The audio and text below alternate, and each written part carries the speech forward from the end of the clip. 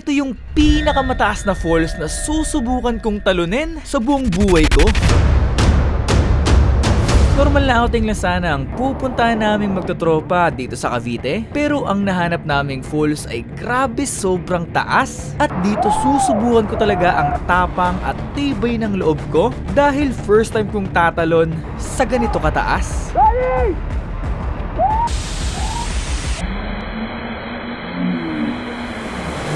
So mula Maynila ay nagmotor lang kami na magtatropa papunta sa Palsahingin Falls dito sa Indang, Cavite. At pagdating nga namin sa lugar ay buti na lang may mga lokal na nag-offer na samahan kami papunta sa falls dahil hindi pala basta-basta ang pagpunta dito. Adventure tong ginagawa namin, guys.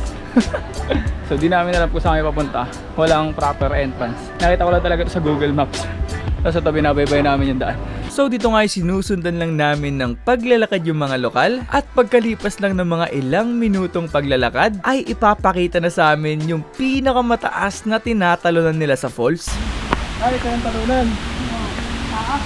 Pero malalim yung yung tubig dun. Silipin ko lang, men. Silipin ko lang. Ito na yung talunan, di ba? Wait lang, silipin ko lang. Silipin mo yan. Sino yan? Ay, ba dumidire-diretso ako. Shit. Oh, ingat ka. Ito na, guys. Sisilipin na natin yung pool. Mag-ingat at madulas. Ito na, papakita na natin. Taas. So unang silip ko nga dito sa taas ay grabe nakakalula pala. Pero na-excited ako sa part na feeling ko kakayanin ko itong talunin mamaya. Nakaka-excite yung mga hari ngayon, guys. No, 50-50. 50-50. Ayun guys, so nasilip na namin yung falls. Ang taas nun. Mataas. Nakakalula siya. Pero dahil nakapag-cliff diving naman na tayo ng mga ilang tries, feeling ko doable siya. Kaya. Ewan ko na sa mga kasama ko. So napapunta na kami ngayon sa falls, guys. Mga ano to, parang dinadaanan namin. Puta na naman, kulang na to. Buti parkour tayo. Pre, kulang na yung isa. Hindi, okay lang. Kulang na ibang steps, boy. Kailangan mo na skip. Nakasalamin niya yung kawawa. Napapalapit sa falls, guys. Here we go.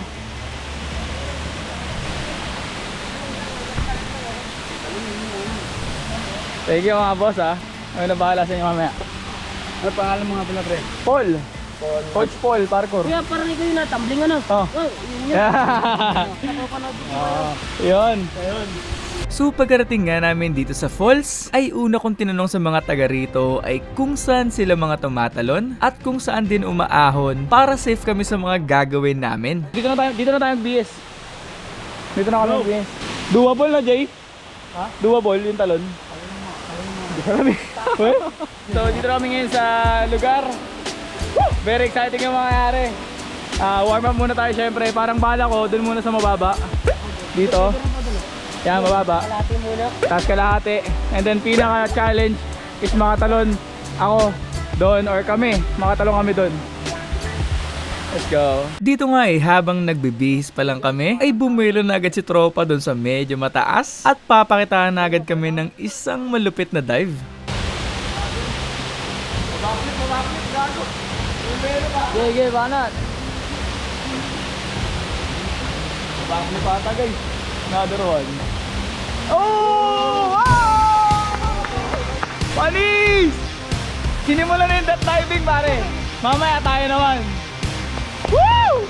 So dahil nagsimula na agad yung mga tropa natin na magsitalon dun sa may falls, pupunta na rin ako doon para masimulan na natin ang talunan. Tanga mo, ang hirap yan. So guys, para makapunta sa kabila, tingnan mo yung ginagawa nila. Talagang nag-ano.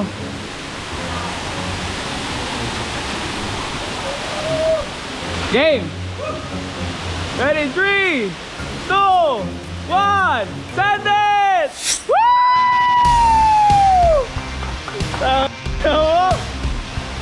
Pinanis! Let's go! Malalim! Okay, tayo naman. Samahan nyo ako, guys. 3, 2, 1.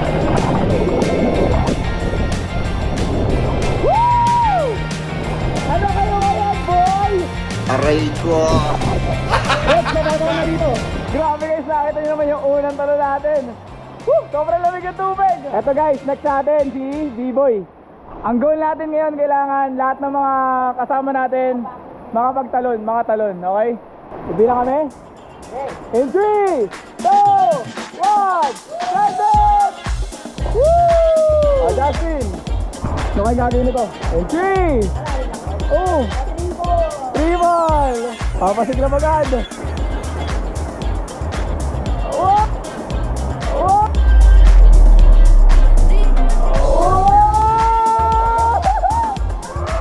Walang iya! Triple twist! Unang tira niya, triple twist! Si Rex! Last natin, hindi pa nakakatalon. Si Rex! Sunday! Okay, mag-stretching na muna tayo para safe sa mga gago. So ngayon pa nga lang mag-i-stretching ng husto dahil may mga balak akong gawing malulupit na tumbling mamaya.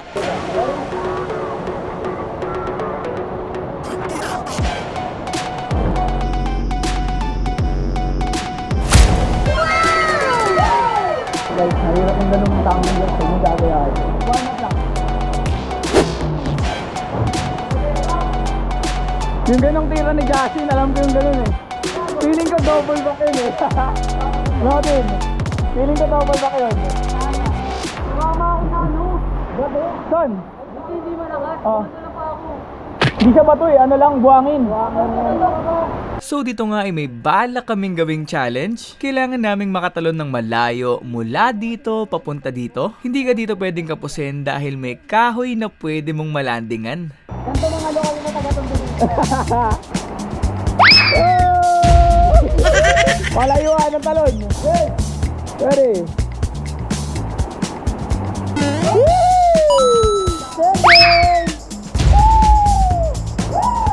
Ano masasabi niyo ron? Parang kaya ko rin. Parang kaya daw ni Garek, coach. So eto nga tropa namin si Angelo ay ngayon palang magsisimulang tumalon at ganito agad yun nangyari sa kanya. Oy!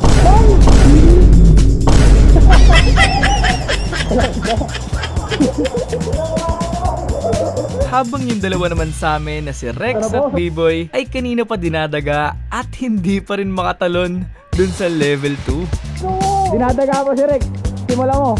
Ikaw na. Ano na, boy? Ikaw na. Ang lakas ng kamot ng dibdib ko ba? Ready? 3, 2! May pressure. Bilang na ako boy ha. In 3, 2, 1, talon!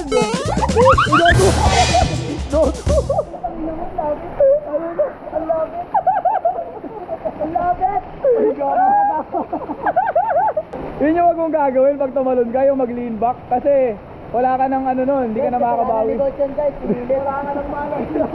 Always lean forward para kaya mong kontrolin yung core. So dahil nga sa pagtalon ni B-Boy na yon, ay di na lalo nakatalon ng tropa nating si Rex. Kaya naman mag-e-enjoy na lang muna kami dito at gagawa ng mga malulupit na tricks.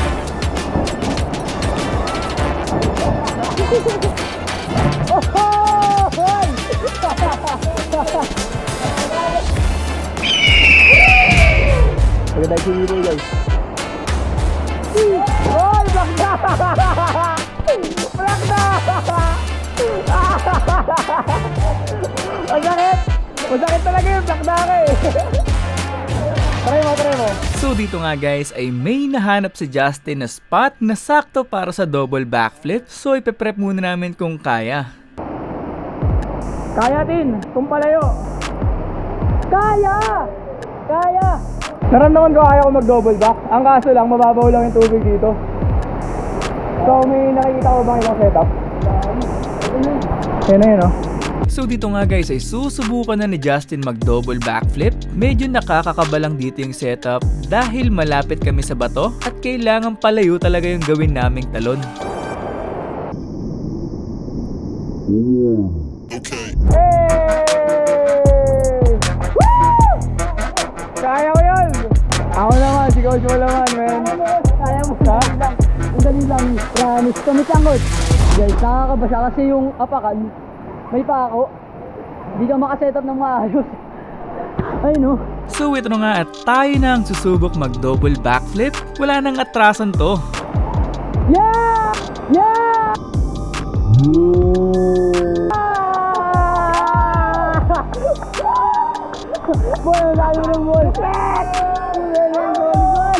plumakda pa nga ako dun sa una kong double backflip pero umulit kami parehas sa Justin para sa mas malinis na double back. Nice one!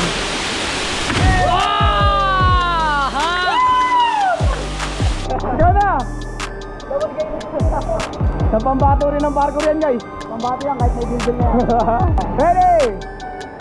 2! 1! Ready!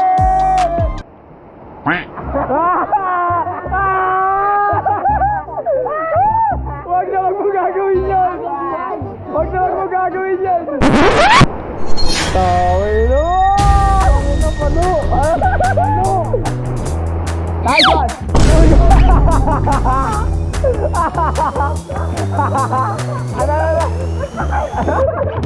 Dahil nga gumagawa na kami ng mga malulupit naming tricks, di rin dito nagpatalo yung tropa nating lokal.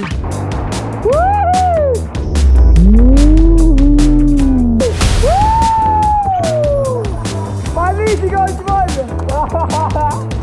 Ano masabi mo, Rod? Hirap mo yun, boy. Kahit sa ganyan eh. Okay. Papahinga muna kami ng konti at tatry ko na pumunta dun mamaya sa gitna. Tapos dito. So habang nagpapahinga ay tinanong ko na muna si kuya kung safe pa din ba na tumalon dun sa pinakamataas dahil hindi pala ito sobrang lalim at naaabot namin yung lapag sa mga simpleng talon namin sa level 1. Tumataas pa yung tubig talaga nito? Pag-ulan. Ngayon, mababa. So ano yung sabihin nun? Gagamit yung mga pa. Dahil mababa. Oo. Kasi kanina nararamdaman ko yung ano yun, yung buhangin, yung lapag. Delikado, huwag na lang mag-ingat na. Pero may tumatalo ng ganyan, wala. Wala pa. Pag mababa, mababa. Katimingan mo talaga. Ayun, narinig nyo guys. So yung goal namin na tumalo sa mataas. Marang hindi pa pwede. Ay, tingnan natin may gagawin to. Wala na yan. Laos na yan eh. No? Laos na yan. Yung ganong galaw, bata pa lang ako, ginagawa ko na yun eh. Hindi na bago. Joke lang. So dito nga guys, nagulat na lang ako nang biglang sinabi ni tropa na tatalo na daw siya sa pinakamataas. Ano na nagagawin mo? Tatalo na ako sa pinakamataas. Angat-angat mo ha, kamay. Anong technique doon boss para maka-landing na safe? Pag landing, buka mo sa ilalim. Buka agad sa ilalim. Oo, tataray ko yun. Tataray ko yun. Ganun ginagawa ko siya. Hindi, ganun ginagawa ko sa daranak eh. So ito na guys, makikita na natin for the first time na may tatalo na talaga dito sa pinakamataas.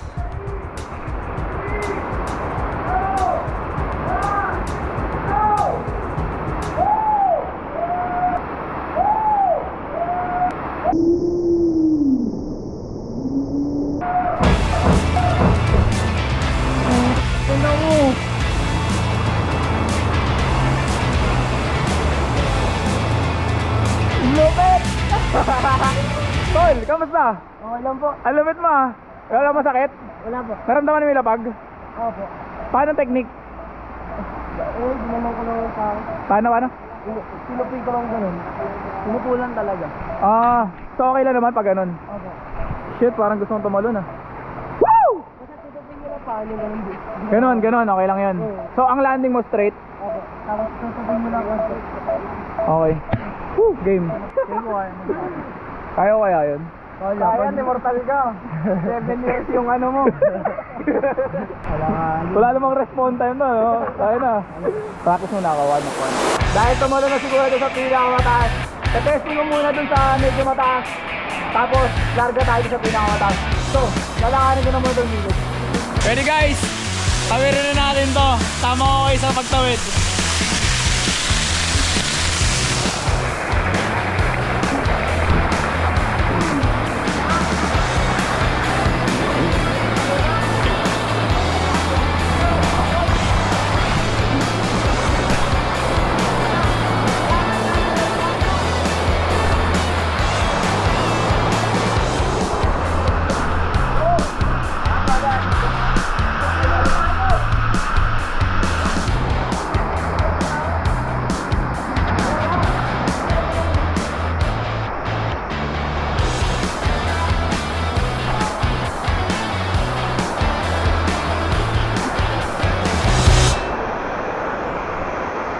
Game, dito tayo ngayon sa level last preparation natin bago tayo tumalon doon sa pinakamataas na yun.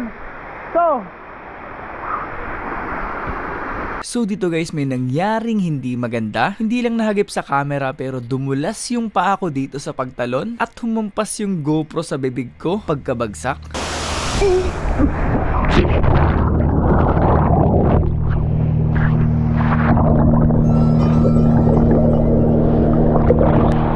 Dumulas ako!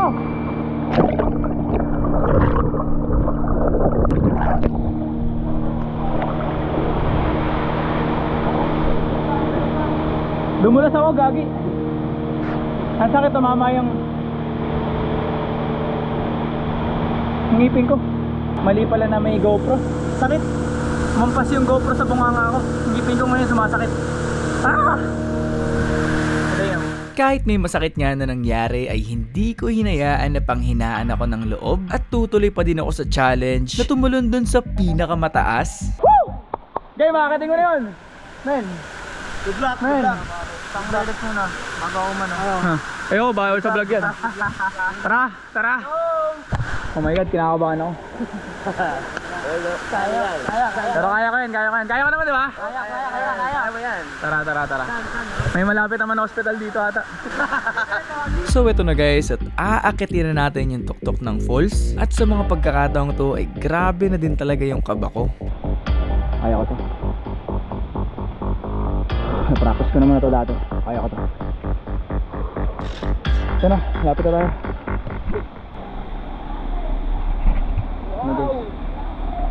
Dito na tayo sa pinagkataas. Woo!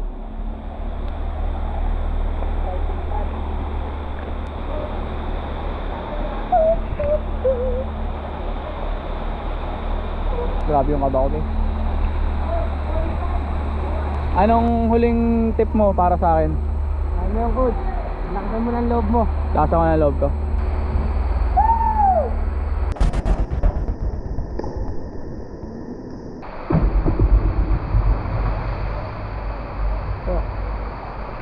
Grabe, hindi na niya lang. Ano. Pakiramdam, coach. Masarap. Galing mo. Pag landing mo, anong naramdaman mo? Oo na. Kaysa, tumama yung tao sa lupa. Pero, Okay lang, hindi masakit. hindi masakit. Hindi mabigat. Hindi naman. So ito na guys, at susubukan ko na talagang tumalon sa pinakamataas na falls sa buong buhay ko. At grabe man yung kaba dahil hindi sobrang lalim yung tubig at malumot pa yung tatalunan, ay isa lang naman ang kailangan para sa mga ganitong sitwasyon. Lakas lang ng loob.